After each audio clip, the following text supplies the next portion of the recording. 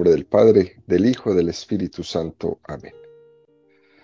Ven, Espíritu Santo, y llena los corazones de tus fieles y enciende en ellos el fuego de tu amor. Envía tu Espíritu Creador y se renovará la faz de la tierra. Estamos estudiando el Catecismo de la Iglesia Católica, su primera parte, la profesión de la fe. Segunda sesión, la profesión de la fe cristiana. Capítulo tercero, creo en el Espíritu Santo. Artículo noveno, creo en la Santa Iglesia Católica. Párrafo tercero, la Iglesia es una, santa, católica y apostólica. Estamos ahora en el cuarto apartado de este párrafo, donde el Catecismo ha dedicado 9 números a estudiar el tema que tiene como título La Iglesia es apostólica. El día de hoy vamos a profundizar en esta última parte de este apartado, estudiando este atributo de la Iglesia Apostólica con los números 863 al 865 con el tema El Apostolado. Número 863 del Catecismo dice: toda la Iglesia es apostólica mientras permanezca a través de los sucesores de San Pedro y de los apóstoles en comunión de fe y de vida con su origen. Toda la Iglesia es apostólica en cuanto que ella es enviada al mundo entero. Todos los miembros de la Iglesia, aunque de diferentes maneras, tienen parte en este envío. La vocación cristiana, por su misma naturaleza, es también vocación al apostolado. Se llama apostolado a toda la actividad del cuerpo místico que tiende a propagar el reino de Cristo por toda la tierra. Un número precioso que nos presenta el Catecismo esta mañana, queridos amigos. Y fijémonos como dice que la primera condición para que el apostolado sea tal es la comunión de fe con sus orígenes. Eso que rompió Lutero, eso que rompió el protestantismo, la comunión con nuestros orígenes. Y esto nos lo otorga, como lo dijimos ayer, la sucesión apostólica. Gálatas 2:2. Subí movido por una revelación y les expuse el evangelio que proclamo entre los gentiles, tomando aparte a los notables para saber si corría o había corrido en vano. Esa revelación que menciona San Pablo en este texto de Gálatas 2:2 es algo que lo mueve a no fiarse de su percepción personal que tiene de Jesucristo, algo que el protestantismo ha caído gravemente. Cada uno de ellos se ha fiado de su percepción personal de Jesucristo y la ha hecho motivo de fe. Y por eso tantos errores, tantas interpretaciones y tantas malinterpretaciones. Pablo sube a Jerusalén movido por una revelación y busca la confirmación de los apóstoles. No vaya a ser que esté corriendo en vano. No sea que estés esforzando y en el fondo te estés buscando a ti mismo. No sea que creyendo que estás haciendo el bien, en el fondo estés construyendo tu propio changarro. Es que eso es lo que pasa. No es lo mismo construir la iglesia que construir nuestro propio changarro, donde yo me sienta seguro, donde me sienta adulado, donde me sienta seguido por unos cuantos. Toda la iglesia es apostólica mientras permanezca unida a Pedro. Si no está unida a Pedro, créame, aquellos que no se unen a Pedro se están siguiendo es a sí mismos. Llámense señores obispos, llámense señores sacerdotes, llámense diáconos, llámense laicos. Todo aquel que no está unido a Pedro está construyendo su propio changarro, está haciendo su propia iglesia. Pero esa no es la iglesia de Jesucristo. Si Pablo se sintió necesitado de subir a Jerusalén para que los apóstoles le confirmaran si estaba predicando conforme a Jesucristo, conforme a la tradición apostólica, ¿qué será lo que tendríamos que hacer nosotros? ¿Que no hemos tenido la experiencia que tuvo San Pablo del encuentro con Jesucristo? ¿Qué es lo que entonces tenemos que hacer nosotros? Y este es un principio importantísimo, queridos amigos, porque a veces ocurre que el apostolado se plantea y lo planteamos desde unas apreciaciones muy subjetivas. Alguien que haya tenido algunas revelaciones particulares o otros eh, que quizás han tenido algún tipo de experiencia apostólica que haya parecido en primer momento muy exitosa. Y entonces, con estas revelaciones particulares o con estas experiencias exitosas, se nos sube a la cabeza. Y entonces nosotros necesitamos que la iglesia confirme aquello que estamos haciendo.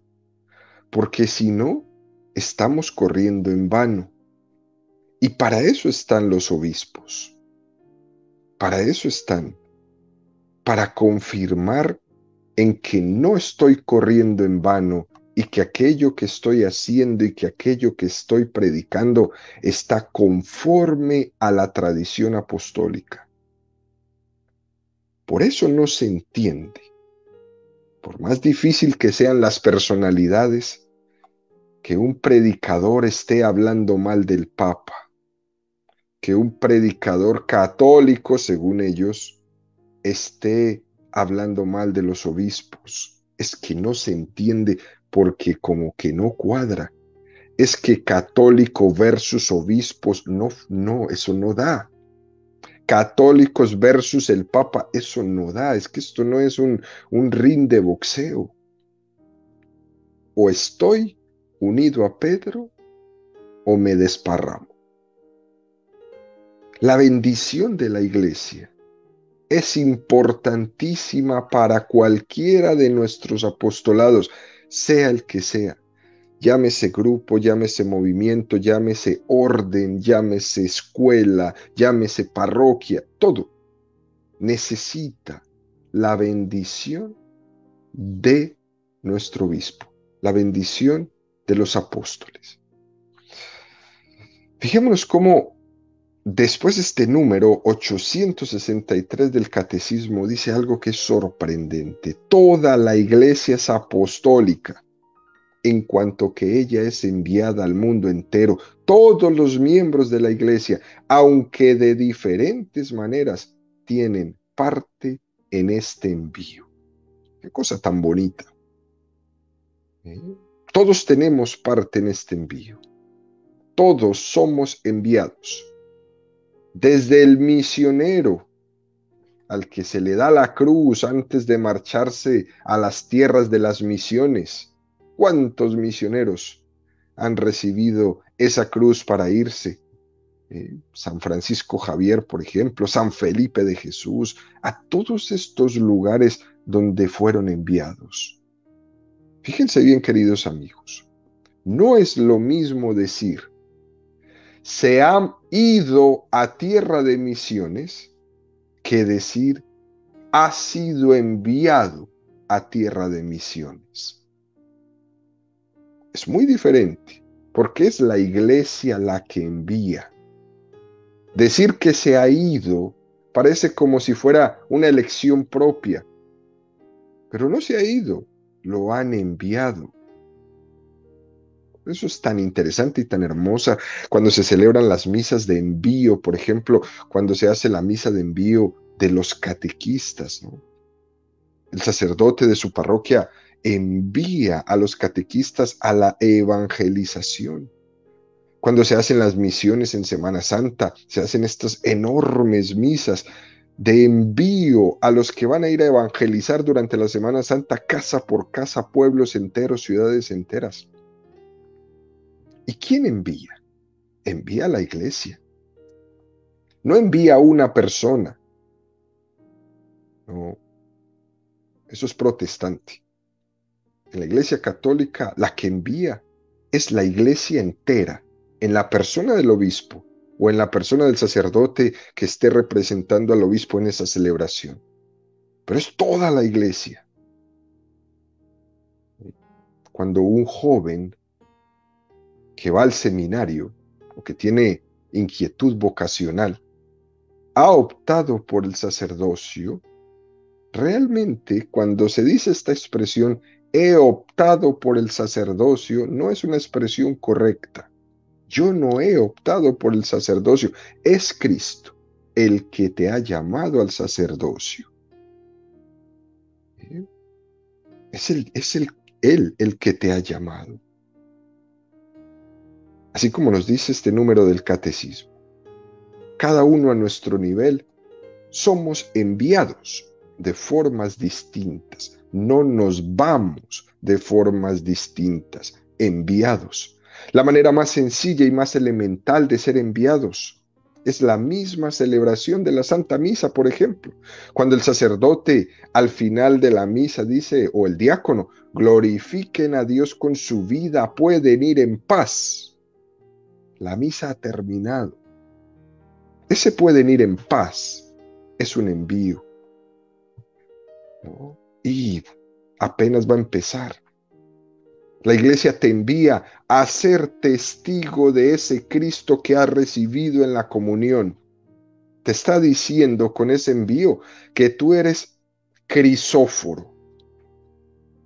Llevas a Cristo en ti y eres enviado al mundo. Por eso es que una persona no se puede salir de la misa después de que toma la comunión, porque no ha sido enviado todavía. Vemos en las parroquias, toman la comunión y salen por la puerta. Y dices, pero ¿y estos para dónde van? No, es que ya lo importante era la comunión. No, no es lo importante la comunión. La celebración eucarística es toda importante, desde el momento de su inicio, desde la liturgia de la palabra, desde el perdón, desde la consagración, desde el rito de la paz, ¿sí?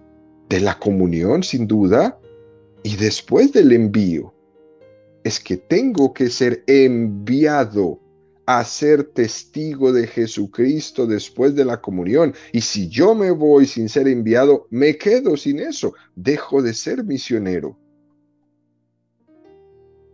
Un cristiano que está injertado en el cuerpo místico de Cristo que es la iglesia, no hace las cosas a título particular, las hace enviado por la iglesia en el Espíritu Santo. Podéis ir en paz, glorifiquen a Dios con su vida. Ese envío es importante escucharlo cuando estamos al final de la celebración de la Eucaristía todos los domingos, porque ese es el envío del misionero que voy a hacer durante toda esta semana. Y el siguiente domingo volverán y me enviarán. Termina este número diciendo, la vocación cristiana por su misma naturaleza es también vocación al apostolado. Se llama apostolado a toda la actividad del cuerpo místico que tiende a propagar el reino de Cristo por toda la tierra. Fíjese qué cosa más bella. En realidad, toda actividad de un cristiano unido a Cristo es un apostolado. Toda. Cuidar de su familia, cuidar de sus hijos, cuidar de su escuela, preparar bien su catequesis, o su ministerio, o su charla, o su plática, o su rollo, o su lo que sea. Toda actividad de un cristiano unida a Cristo es apostolado. Ir a un tribunal a traducirle a un migrante, ir a un hospital a traducirle a un enfermo. Eso es un apostolado. Eso no es un trabajo como cuando a uno le dicen, estás trabajando. Realmente uno se queda como, la verdad no, estoy siendo misionero. No es cuestión de que vamos a dedicar ahora un rato a hacer apostolado. Es que nuestra vida entera es un apostolado, siendo testigo de Cristo en todo lo que hacemos, mañana, tarde y noche y hasta cuando estamos dormidos. Eso es precioso en la vida de un católico. No es que dedico a ser apostolado en la Semana Santa, no, no, no, no, no. Es todo el tiempo. Y fíjense, queridos amigos, que el catecismo en este número nos va a citar un documento que es la primera vez que vamos a hablar de él. Es también un documento, un decreto del Concilio Vaticano II, que les invito a leérselo también, que se llama Apostolicam Aquositatem, el apostolado de los seglares. En el número 2 de este documento del Concilio Vaticano II dice, la Iglesia ha nacido con este fin, propagar el reino de Cristo en toda la tierra para la gloria del Padre, y hacer así a todos los hombres partícipes de la redención salvadora, y por medio de ellos ordenar realmente todo el universo hacia Cristo. Esto es sorprendente, precioso, ordenar realmente todo el universo hacia Cristo. Esa es nuestra tarea, ese es nuestro apostolado. Cada uno de nosotros somos ordenadores del mundo hacia Cristo. ¿Y saben por qué el mundo está tan desordenado? Porque nos hemos olvidado de ordenarlo hacia Cristo, porque le hemos dado la espalda a Cristo. Efesios 4, 11, 16. Él mismo dio a unos el ser apóstoles, a otros profetas, a otros evangelizadores, a otros pastores y maestros, para el recto ordenamiento de los santos en orden a las funciones del ministerio, para edificación del cuerpo de Cristo hasta que lleguemos todos a la unidad de la ley y del conocimiento pleno del Hijo de Dios, al estado de hombre perfecto, a la madurez de la plenitud de Cristo, para que no seamos ya niños, llevados a la deriva y zarandeados por cualquier viento de doctrina, a merced de la malicia humana y de la astucia que conduce engañosamente al error. Antes bien, siendo sinceros en el amor, crezcamos en todo hasta aquel que es la cabeza, Cristo, de quien todo el cuerpo recibe trabazón y cohesión por medio de toda clase de junturas que llevan a la nutrición según la actividad propia de cada una de las partes, realizando así el crecimiento del cuerpo para su edificación en el amor. San Pablo, en esta carta a los Efesios, se bota la barda. Fíjese cómo en este texto, al que ya hemos hablado varias veces en algunos otros números del catecismo, está hablando de la iglesia como cuerpo místico de Cristo y subraya que una parte importante es que esta iglesia recibe la cohesión y la trabación del mismo Jesucristo y que se edifica en el amor. Que la iglesia crece cohesionada, que ninguno en la iglesia sobra, que todos tienen su deber de apostolado, que el Señor ha pensado en cada uno de nosotros como alguien necesario para completar ese misterio del cuerpo místico de Cristo. Algunos como profetas, a otros como apóstoles, a otros como evangelizadores, a otros como pastores, a otros como profetas, pero todos funcionando en orden al recto ordenamiento de los santos. Acuérdense que hablamos de que esta palabra santos eran como se llamaban los primeros cristianos, al recto ordenamiento de cada uno de nosotros. De tal manera que ninguno de nosotros se puede eximir de su apostolado. Que si alguno deja sin hacer su apostolado, eso que te tocaba hacer quedará pendiente. Y también dice, continúa con el decreto apostolicam aquositatem diciendo, hay en la iglesia diversidad de ministerios, pero unidad de misión. Todo el mundo ha sido enviado. A los apóstoles y a sus sucesores les confirió Cristo el encargo de enseñar, de santificar, de regir en su propio nombre y autoridad. A los seglares, por nuestra parte, hemos recibido la participación del misterio sacerdotal, real y profético de Jesucristo en nuestro bautismo. Por lo tanto, en la iglesia, todo el pueblo de Dios tiene una misión. Y esa misión se debe de ir realizando. La nuestra como seglares propiamente, en nuestro estado seglar, es vivir en el mundo, es vivir en los negocios temporales. Y Dios nos llama a que con el fervor del espíritu cristiano ejerzamos nuestro apostolado mientras estamos ejerciendo nuestras vidas, nuestros negocios temporales, a manera de fermento. Fijémonos cómo lo dice de precioso. Es propio del seglar, de la vida del laico, estar como fermento en el mundo.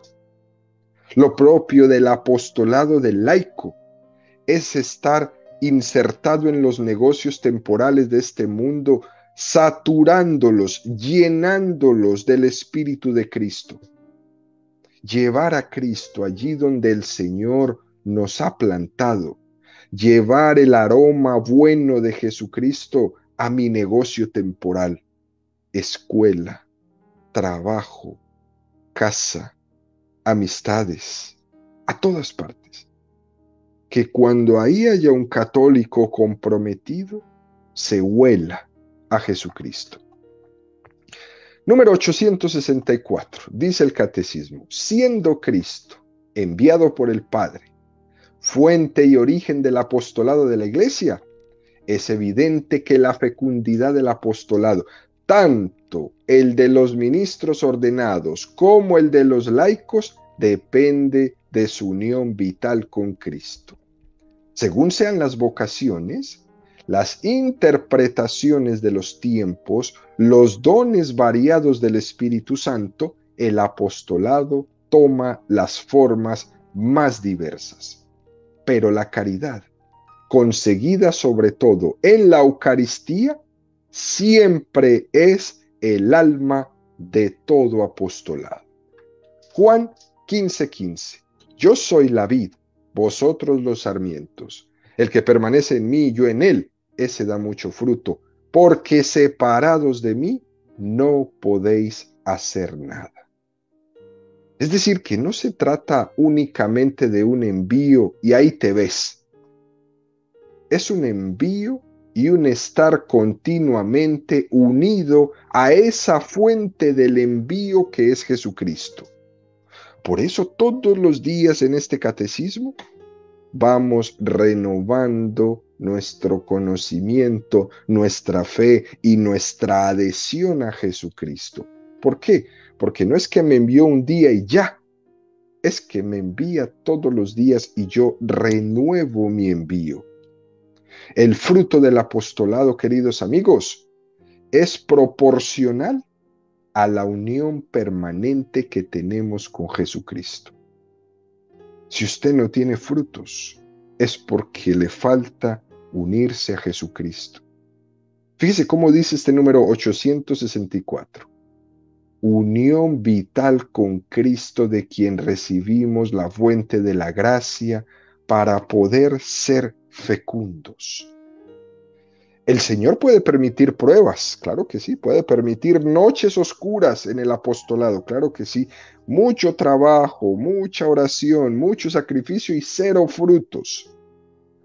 Ha habido personas que han tenido una vocación al apostolado verdaderamente entregados y unidos a Cristo, y el Señor les ha pedido el sacrificio, la cruz, de no ver el fruto.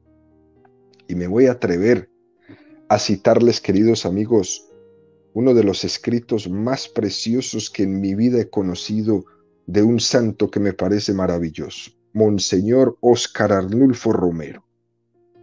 Decía Óscar Romero, de vez en cuando nos ayuda a dar un paso atrás y contemplar el vasto panorama. El reino no solamente está más allá de nuestros esfuerzos, sino que trasciende nuestra visión. Cumplimos en nuestra vida solamente una ínfima fracción de la magnífica empresa que es la obra de Dios. Nada de lo que hacemos es completo, lo cual es otra forma de decir que el reino siempre nos trasciende. Ninguna declaración expresa todo lo que puede ser dicho. Ninguna oración expresa totalmente nuestra fe. Ninguna confesión deviene en perfección. Ningún programa lleva a cabo la misión de Cristo. Ninguna meta o serie de objetivos incluye la totalidad. Eso es lo que proponemos. Plantamos las semillas que algún día brotarán. Regamos las semillas que ya han sido plantadas sabiendo que contienen una promesa futura. Echamos los cimientos que necesitan posterior desarrollo. Proveemos la levadura que produce efectos más allá de nuestras actitudes. No podemos hacerlo todo. Y al darnos cuenta de ello, nos sentimos liberados. Eso nos permite hacer algo y nos permite hacerlo bien. Será incompleto, pero será un comienzo, un paso en un largo camino y una oportunidad para que entre la gracia de Dios y haga el resto. Nosotros quizás nunca veremos los resultados finales, pero ahí está la diferencia entre el maestro de la obra y el albañil. Nosotros somos albañiles, no maestros de la obra. Nosotros somos ministros, no mesías. Nosotros somos profetas de un futuro que no nos pertenece. Esto habría que leerlo 100 veces para uno más o menos darse cuenta. El esfuerzo del apostolado que alguien está ejerciendo florece en la medida en que se une a Jesucristo, pero también Jesús te puede probar para santificarte en medio de ese esfuerzo, de esa buena intención. Te puede poner una prueba de que no veas que eso que has trabajado está floreciendo. Por eso Óscar Romero decía, nosotros quizás nunca veremos los resultados finales, pero es la diferencia entre el maestro de la obra y el albañil. Nosotros albañiles, no maestros, nosotros ministros, no mesías. Pero de ordinario, hay que decir que si el apostolado está unido a Jesús, vemos los frutos. Que hemos entendido esas palabras de Jesús cuando dice, sin mí no podéis hacer nada. Y entonces le decimos a Jesús, Señor, pero es que estamos contigo, por eso lo podemos todo. Es un error pensar que el apostolado va a ser fecundo en base a los medios humanos que utilicemos. Eso es un error. Porque tenemos mucho dinero vamos a poder hacer la obra. Eso es un error. Porque tenemos los expertos de los expertos. Eso es un error. Es que los catequistas de mi parroquia tienen que ser todos de esta manera. Eso es un error, tranquilos. Es que nosotros tenemos aquí los mejores métodos pastorales y por eso vamos a ser exitosos. Eso es un error, ya lo hemos visto, siglo tras siglo. Hay que estar unidos a Jesús. Y les voy a contar una anécdota preciosa del padre santo cura de Ars, San Juan María Vianney. Un día estaba el cura de Ars confesando y llegó a su confesionario un sacerdote que estaba muy, pero muy amargado. Y en la confesión el sacerdote se quejaba de que en su parroquia no veía frutos de nada. En la confesión, el santo cura de Ars le dice al padrecito ¿usted cuántas horas ha rezado por sus feligreses? ¿Usted cuántos sacrificios expresamente ha ofrecido por ellos o por alguno en particular que necesite? ¿Usted cuántas renuncias de su vida, de su comodidad ha hecho por ellos?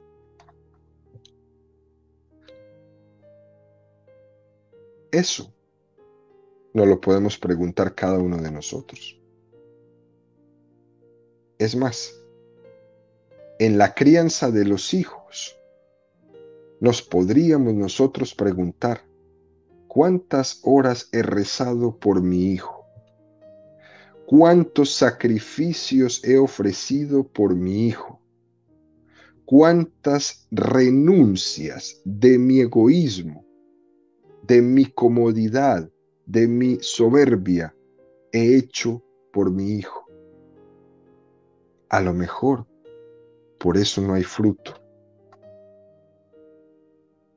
Nosotros tenemos que ser como el acueducto para que Cristo lleve el agua a los demás. Eso es ser apostolado. Eso es hacer protagonistas del apostolado. Somos el acueducto, no el agua. Y por eso esta lección que nos da el santo cura de Ars con estas preguntas que le hace este sacerdote afligido, era precisamente preguntándole, Padre, ¿usted es acueducto o usted cree que es el agua? El apostolado es propio de aquella frase de San Pablo a los colosenses, mi vida está escondida en Cristo. El verdadero apóstol es alguien que está escondido en Cristo, no es el que se presenta como el protagonista delante de los demás. ¿Y cómo va a expresar este esconderse en Cristo? Por la caridad.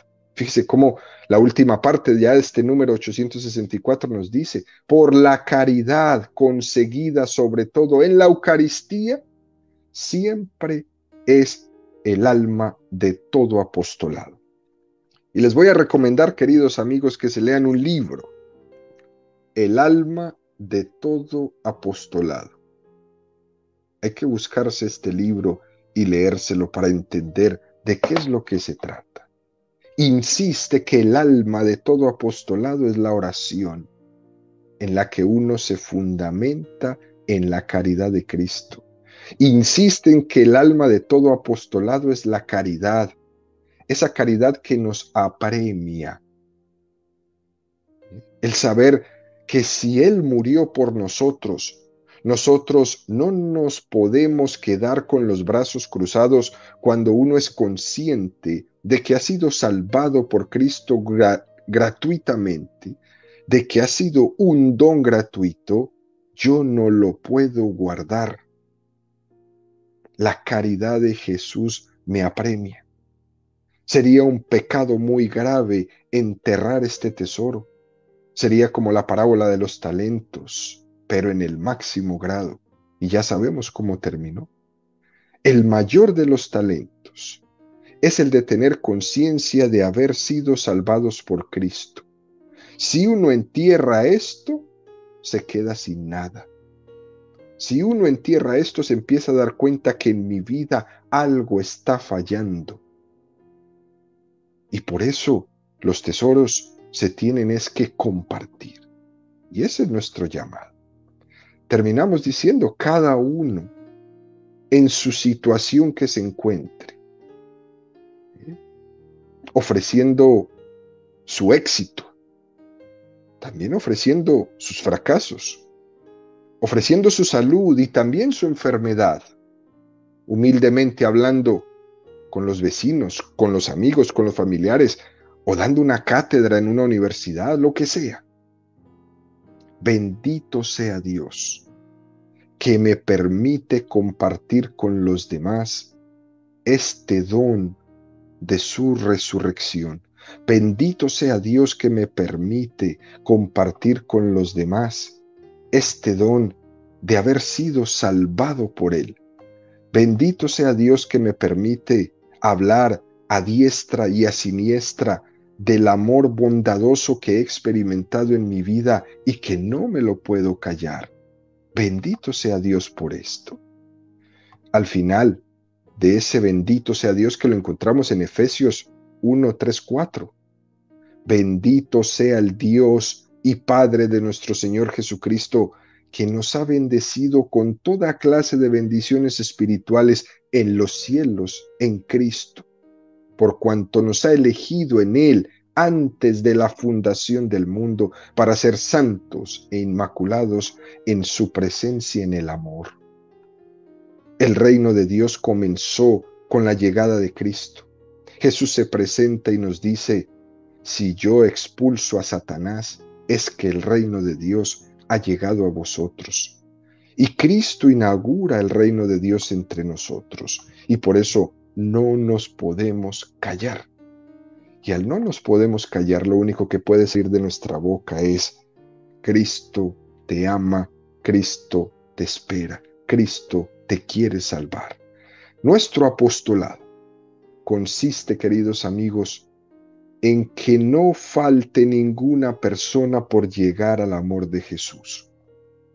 Que por nuestra falta de fe, que por nuestra falta de apostolado, que por nuestra falta de predicación, nadie deje de formar parte de la asamblea de la Jerusalén celestial, es decir, del cielo. Lo decía el Papa Pío XII. Es un misterio grande el que algunas almas vayan a la condenación porque no haya quien rece y se sacrifique por ellas. Eso que decía Pío XII es el mismo mensaje de Fátima a los 3 pastorcitos. Cuando los niños de Fátima veían cómo había almas que iban a la condenación porque no había nadie que orara y se sacrificara por ellas. Por eso, queridos amigos, nuestra vida se trata de vivirla en intensidad de amor y en intensidad de apostolado, y entender que estamos urgidos de llevar el amor de Cristo a todos los hombres, y cada uno de nosotros sea un apóstol y un testigo de Cristo en la medida y en la situación que cada uno pueda.